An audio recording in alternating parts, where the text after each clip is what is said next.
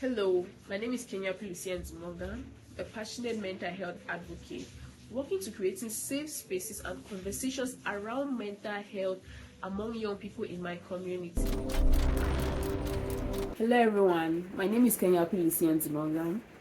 For the past 13 weeks, I've been part of the Mentorship Matters Africa program. I've learned a lot from this program. One of the biggest lessons for me was in week 7, which was on financial literacy and business. Before this lesson, I've always had the challenge of pricing in my business, Lulu Ankara's Designs.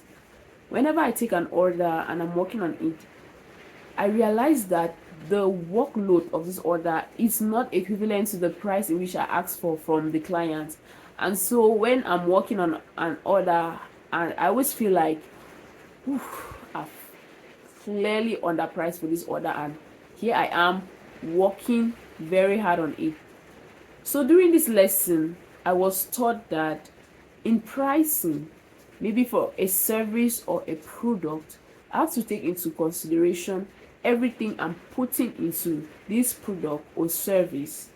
I need to take into consideration the time spent working on this product, and I have to make sure that at the end of the day, I pay myself and I pay my business so that I'll have the satisfaction of the business.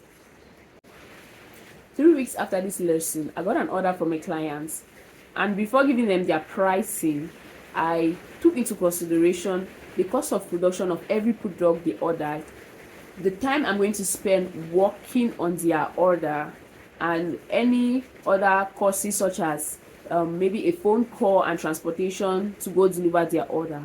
When I sum all that together, I came up with a price that really reflected the value of the product, and then I presented it to them.